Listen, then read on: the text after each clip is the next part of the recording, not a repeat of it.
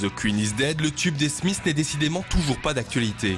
Ce week-end, ça ne vous a sans doute pas échappé, la reine Elisabeth II fêtera ses 60 ans de règne.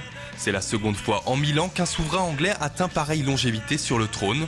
Cela valait bien quelques modestes agapes, une parade nautique composée de plus de 1000 bateaux, une cérémonie à Windsor avec 12 000 invités où on dégustera le poulet du couronnement, devant un concert de McCartney ou encore Kylie Minogue. Un événement qui passionne bien au-delà de la Tamise. À Strasbourg, dans cette librairie anglophone, on finit de dresser la vitrine Jubilé de diamants, avec ses livres éditions spéciales ou autres romans sur la vie de Queen Elizabeth.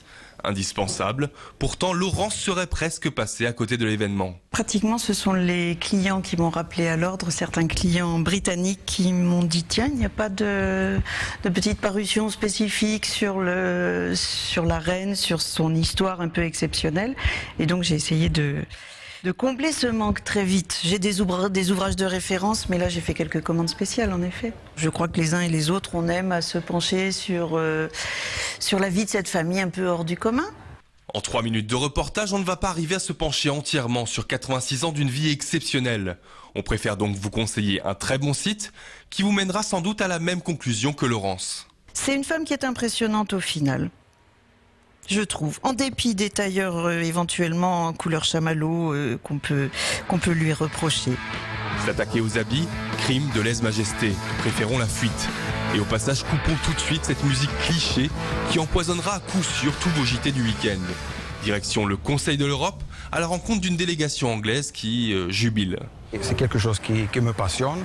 On va évidemment faire une petite fête, c'est clair. Et j'ai énormément de respect pour la reine.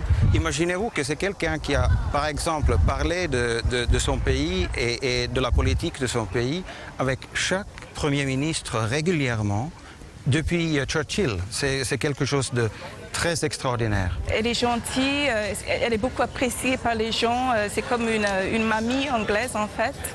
Et son rôle en Angleterre, c'est très important.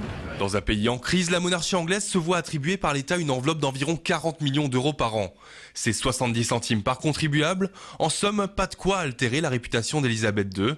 Dans un récent sondage, elle est créditée de plus de 80% de popularité et 69% des Anglais estiment que le pays serait moins bien loti sans sa monarchie. Beaucoup s'interrogent maintenant sur le principe de la monarchie. Mais avec ça, il y a quand même une grande révérence, respect pour la personne de la reine et une grande appréciation pour le fait qu'elle s'est consacrée au service de la nation. Et c'est dans cette perspective, l'association de la personne de la reine avec l'histoire, notamment des 60 dernières années, qu'on va participer à ça. Prochain grand rendez-vous espéré, 2015. Là, Elisabeth II franchira les 63 ans de règne et dépassera la reine Victoria. Cela vaut bien un petit tour de chant. God save our gracious queen, long live our noble queen, God save the queen.